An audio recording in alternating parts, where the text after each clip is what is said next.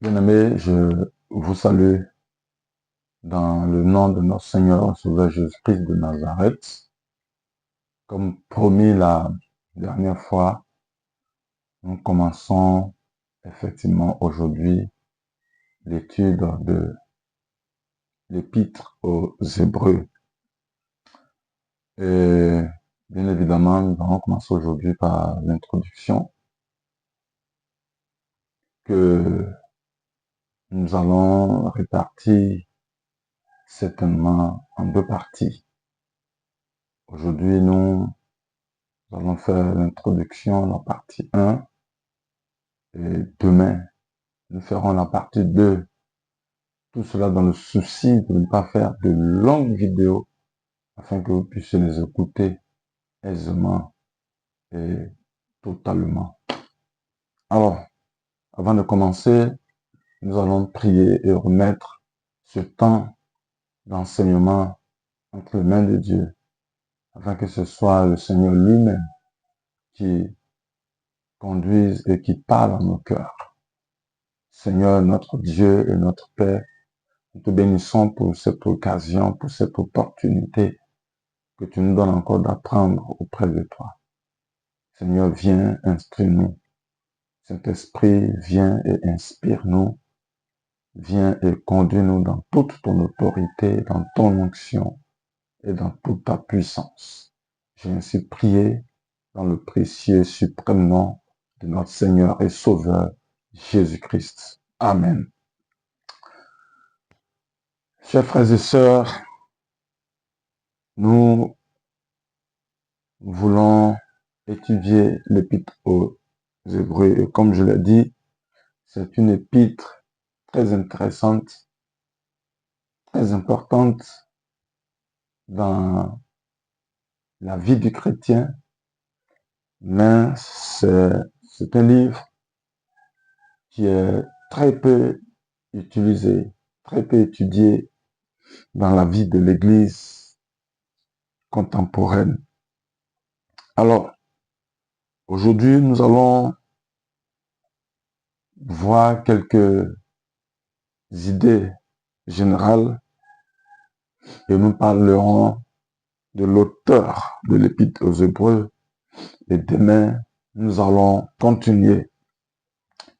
Alors, imaginons un instant une causerie, une discussion entre un hindouiste et un chrétien.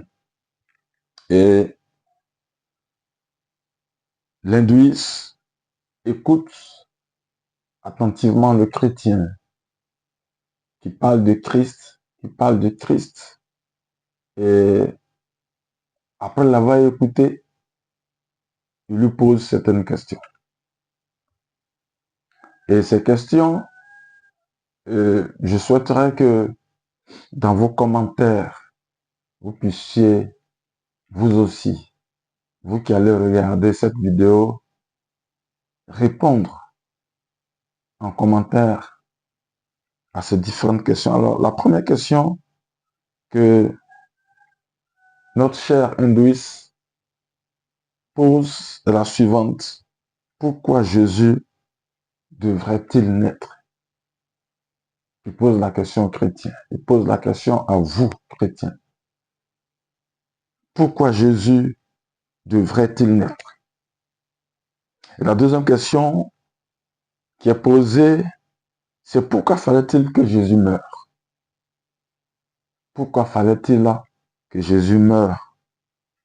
La troisième question qu'il pose, c'est de savoir pourquoi fallait-il que Jésus ressuscite? Pourquoi fallait-il que Jésus ressuscite? Et la quatrième question, c'est pourquoi fallait-il que Jésus remonte au ciel?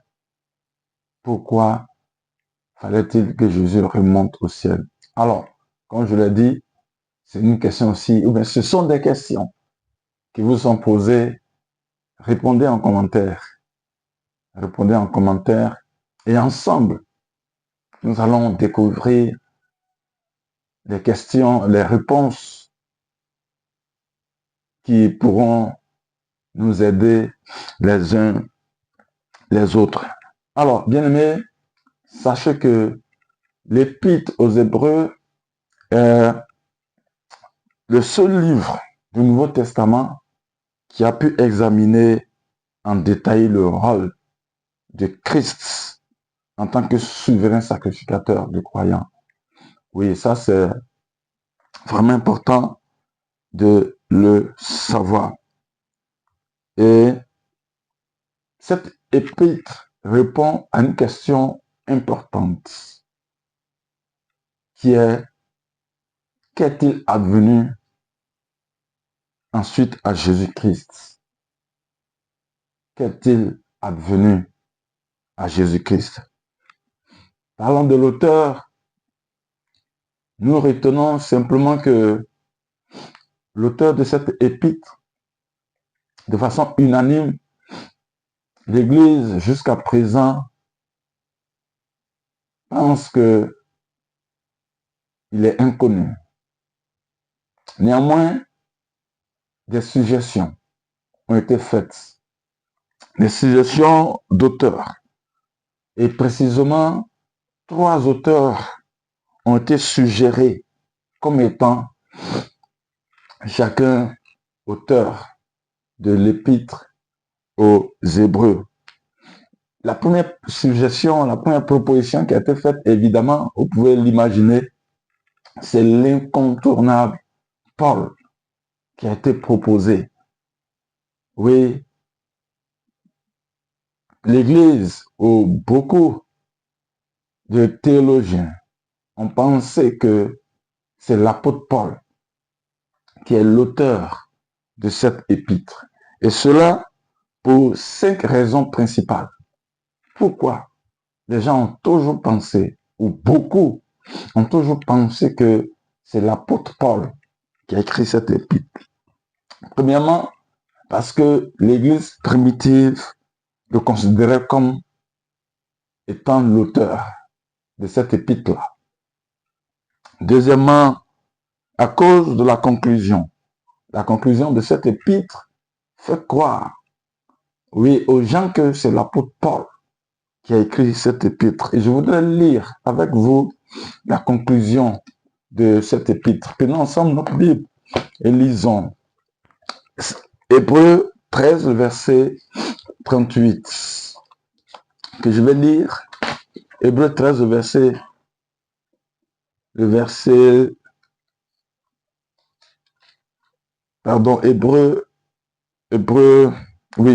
le verset 25, je voudrais dire. Hébreux 13, verset 25.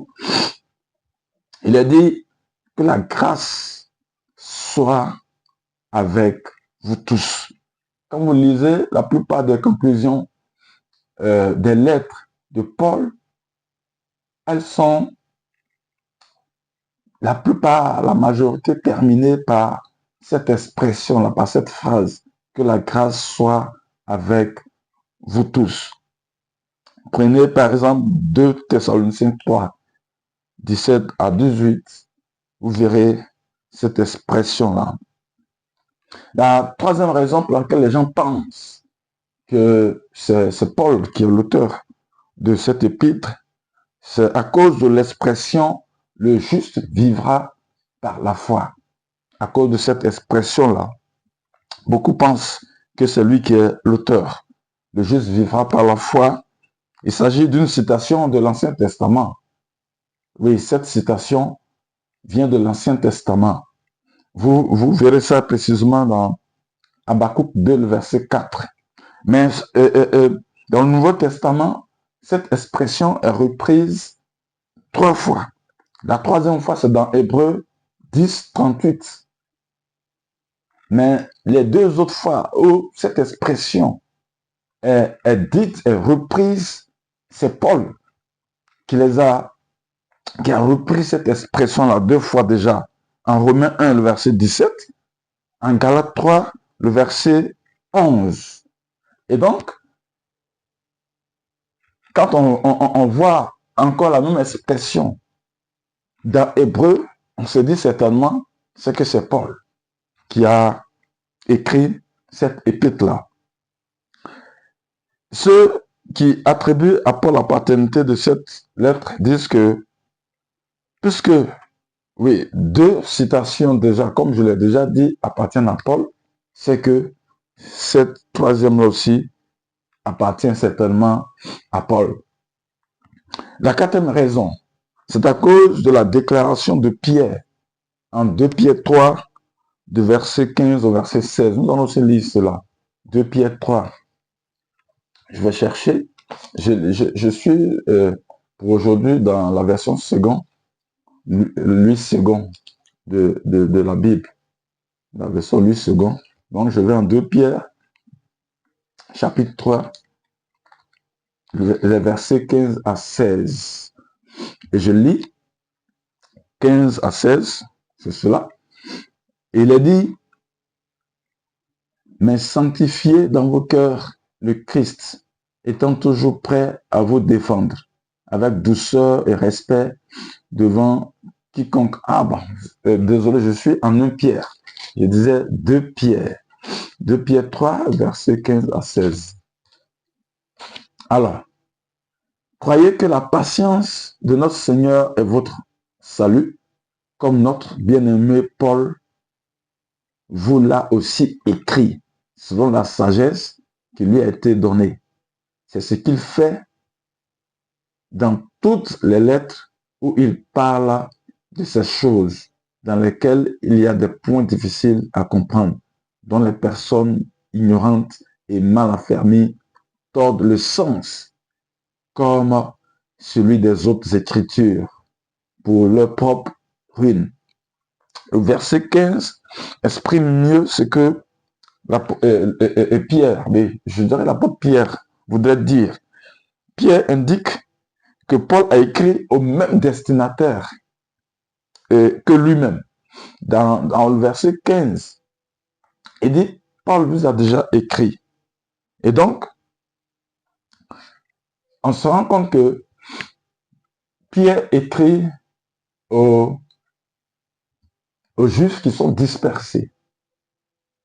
Et cette lettre, lui le dit clairement, en 1 Pierre 1, 1, en 2 Pierre 3, 1, oui, que cette lettre, que la lettre de Pierre est adressée aux Juifs qui sont dispersés. Et donc Pierre considère les écrits de Paul comme écriture, comme l'écriture. Et donc l'épître aux Hébreux est le seul écrit néo-testamentaire, c'est-à-dire du Nouveau Testament, qui correspond à cette description-là. C'est l'épître aux Hébreux qui correspond à cette description. Nous allons peut-être le dire un peu plus loin.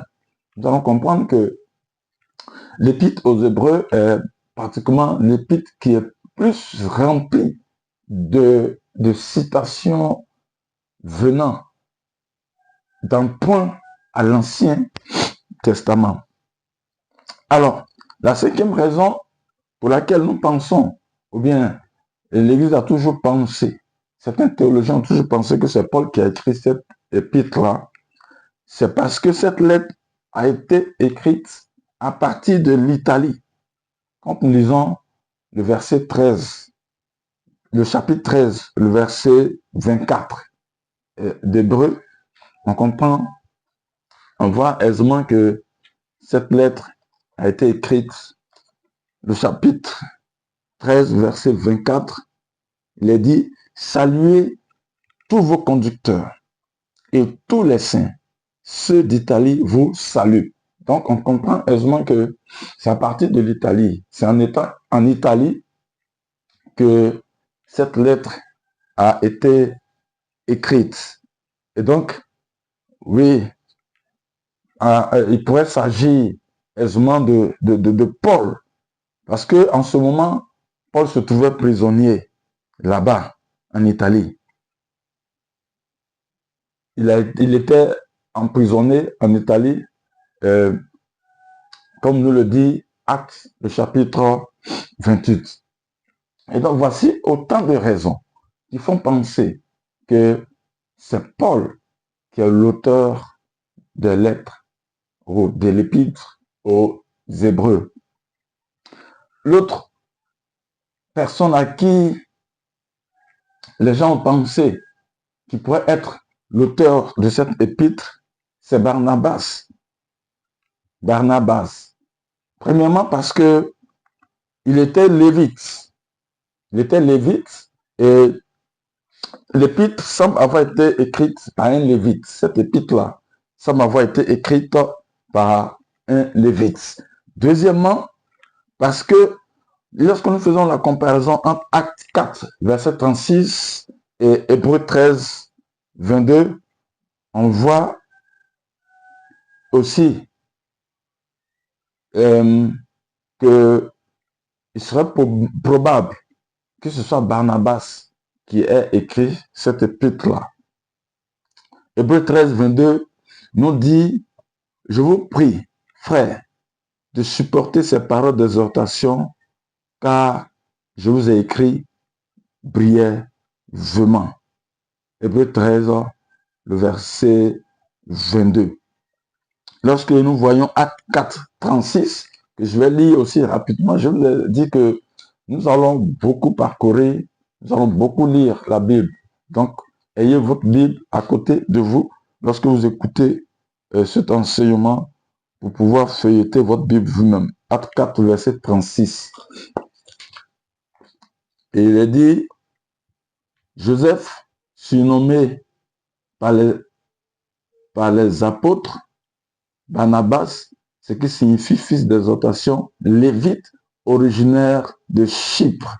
Donc certainement, Barnabas était parmi les apôtres, le seul lévite. Et c'est possible, c'est probable que ce soit lui, puisqu'il semble que cette lettre